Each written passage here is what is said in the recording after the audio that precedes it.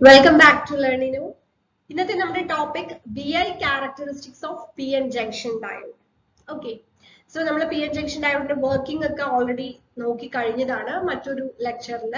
ഇന്ന് നമ്മൾ VI characteristics നോക്കാം.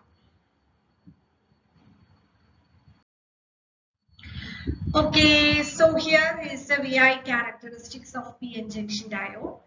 അപ്പോൾ നമ്മൾ ഇവിടെ ഒരു plot ചെയ്തിട്ടുണ്ട് VI characteristics, voltage current characteristics. So x axis we have voltage and y axis current ആണ്.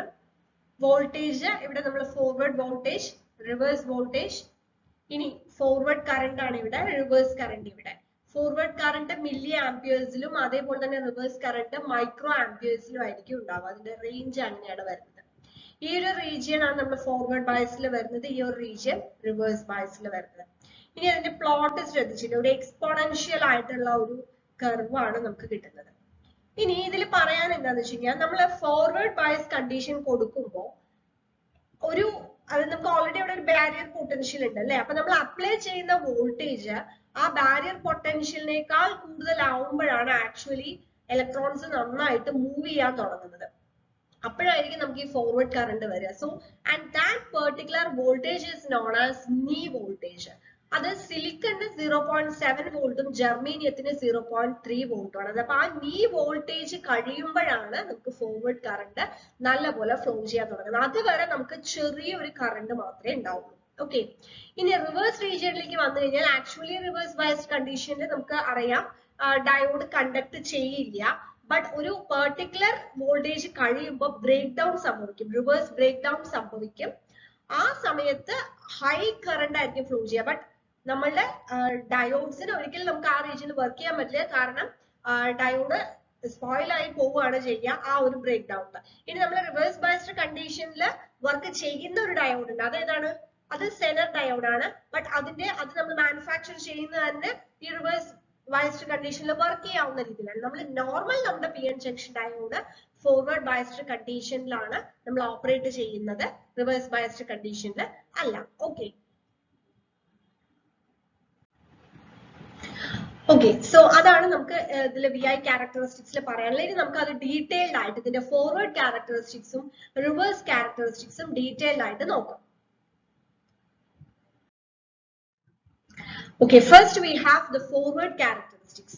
അപ്പോൾ നമ്മൾ ഇവിടെ നമുക്ക് അത് ഈ ഒരു പ്ലോട്ട് നമ്മൾ ഇവിടെ ഉണ്ട്, നമുക്ക് നോക്കാം.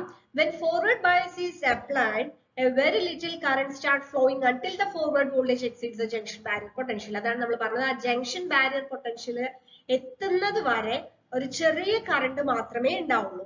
As voltage increases and exceeds the junction barrier potential, more carrier flow across the junction and current starts increasing. ആ വോൾട്ടേജ് ജംഗ്ഷൻ ബാരിയർ പൊട്ടൻഷ്യലിനേക്കാൾ കൂടുതലായി കഴിഞ്ഞാൽ കൂടുതൽ കാരിയേഴ്സ് ഫ്ലോ ചെയ്യാൻ തുടങ്ങും. അങ്ങനെയാണ് നമുക്ക് ഈ കറണ്ട് ഇതുപോലെ വരുന്നത്. ഇനി തിരിച്ച് ഈ സൈഡ് ഇവിടെ നമ്മൾ ആ ഒരു നീ വോൾട്ടേജ് എത്തുന്നത് വരെ നമുക്ക് കുറച്ച് കറണ്ട് ഉണ്ടാവുള്ളൂ, അതിനുശേഷമാണ് അത് കൂടാൻ തുടങ്ങുന്നത്. ഇനി beyond the knee voltage, potential barrier completely vanishes and forward current increases almost linearly with increase in forward voltage. അപ്പോൾ knee voltage കഴിഞ്ഞു കഴിഞ്ഞാൽ പിന്നെ forward voltage എങ്ങനെയാണോ ഇൻക്രീസ് ചെയ്യുന്നത് അതേ ഒരു ലീനിയർ ആയിട്ട് നമുക്ക് കറണ്ട് ഇൻക്രീസ് ചെയ്യാൻ തുടങ്ങും. ശരിക്കും പറഞ്ഞു കഴിഞ്ഞാൽ ഈ ഒരു പോയിന്റിൽ എത്തിക്കഴിഞ്ഞാൽ നമ്മൾ PN ജംഗ്ഷൻ ഒരു റെസിസ്റ്റർ പോലെ ബിഹേവ് ചെയ്യാൻ തുടങ്ങുന്നതാണ് പറയുന്നത്. Okay, after the knee voltage. ഇനി forward characteristics actually exponential law follow ചെയ്യുന്ന രീതിയിലാണ് നമുക്ക് ഈ ഒരു കർവ് വരുന്നത്. ഓക്കെ, അപ്പൊ അത്രയാണ് നമുക്ക് ഫോർവേഡ് ക്യാരക്ടറിസ്റ്റിക്സിൽ പറയാനുള്ളത്. ഇനി റിവേഴ്സ് ക്യാരക്ടറിസ്റ്റിക്സിൽ എങ്ങനെയാണ്, ഈ റിവേഴ്സ് ബയസ്ഡ് കണ്ടീഷനിൽ എങ്ങനെയാണ്? നമ്മൾ റിവേഴ്സ് ബയസ് അപ്ലൈ ചെയ്യുമ്പോൾ നമുക്ക് അറിയാം പൊട്ടൻഷ്യൽ ബാരിയർ ഇൻക്രീസ് ചെയ്യാണ് ചെയ്യുക. അപ്പൊ there is no possibility of majority carriers flowing across the junction. Across the junction majority carriers flow ചെയ്യുന്നില്ല.